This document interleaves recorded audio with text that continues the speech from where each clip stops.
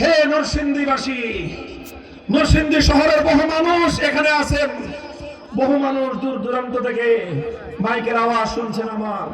আমি আখেরি পয়গাম আপনাদেরকে একটা কথা দিয়ে যাই, বলে যাই, হে আমার দেশবাসী, হে আমার তরুণ প্রজন্ম, ছাত্র জনতা, তোমরা স্কুলে পড়ো, আপত্তি নাই। তোমরা কলেজে পড়ো, উৎসাহিত করি, ভালো করে পড়ো।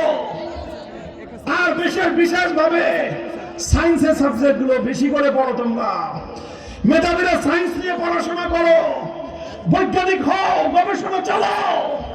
তোমরা পড়ো, ভালো করে সায়েন্স নিয়ে পড়ো।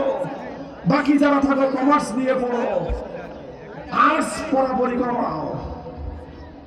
আর্টস যারা পড়ো, এইসব পড়া বাদ দিয়ে মাদ্রাসায় ভর্তি হওয়া বেটা।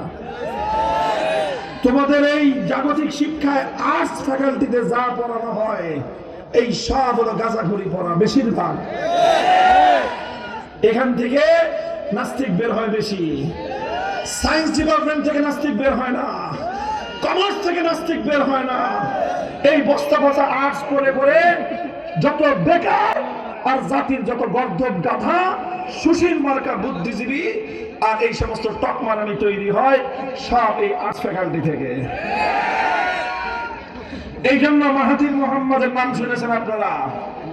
মাহাথির মোহাম্মদ কোন দেশের? উগান্ডা। কোন দেশের? মালয়েশিয়া। আধুনিক পৃথিবীতে উন্নয়নের অন্যতম রূপকারকে বলা হয় মাহাথির মোহাম্মদ। একটা তলবিহীন দেশ মালয়েশিয়াকে পৃথিবীর উন্নত একটা দেশে পরিণত করেছিলেন মাহাথির মোহাম্মদ। মাহাথির মোহাম্মদের অন্যতম অনুষ্ঠিত একটা নীতি ছিল, রাষ্ট্রের মধ্যে আর্টস ফ্যাকাল্টির পড়াপড়ি কমায় দিছে। সায়েন্স পড়ো, কমার্স পড়ো, এই আর্টস বুদ্ধিজীবীর দরকার নাই আমার দেশের। এই বুদ্ধিজীবীরা এই দেশটাকে রসাতলে ডুবায়। বুদ্ধিজীবীরা নিজেরাও বেকার হয়, বেকার জাতি তৈরি করার জন্য তারা যত ধরনের কুবুদ্ধি আছে, এই সব কুবুদ্ধি টেলিভিশনের টকশোর মধ্যে টক মারায় এরা। তোমার বুদ্ধির দরকার, মাদ্রাসায় ভর্তি হও, আলিয়া মাদ্রাসায় পড়ো, কওমি মাদ্রাসায় পড়ো। আল্লাহর কোরআন এবং নবীর হাদিস থেকে তোমার যত ধরনের আর্টস ফ্যাকাল্টির জ্ঞান প্রয়োজন এখান থেকে আহরণ করো। সাহিত্যের প্রয়োজন, কোরআনী সাহিত্য তোমরা শেখো। যত ধরনের আর্টসের শিক্ষার প্রয়োজন, শিল্পকলার প্রয়োজন, এগুলো ইসলামী শিল্পকলাকে গ্রহণ করো। জাগতিক শিক্ষায় সায়েন্স আর কমার্সের পড়াশোনা তোমরা করো।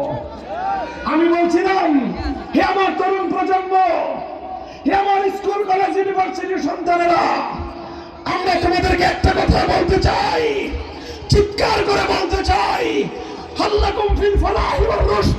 তোমরা যদি আত্মমর্যাদা সম্পন্ন জাতি হতে চাও, তোমরা যদি বিশ্ব দরবারে মাথা উঁচু করা জাতি দিয়ে নিজেদেরকে অধিষ্ঠিত করতে চাও, তোমরা যদি পৃথিবীতে সমৃদ্ধ একটা জাতি হিসেবে বিশ্ব দরবারে নিজেদের পরিচয় প্রতিষ্ঠা করতে চাও, ওলামায়ে কেরামের নেতৃত্ব ছাড়া বিকল্প কোনো উপায় নাই।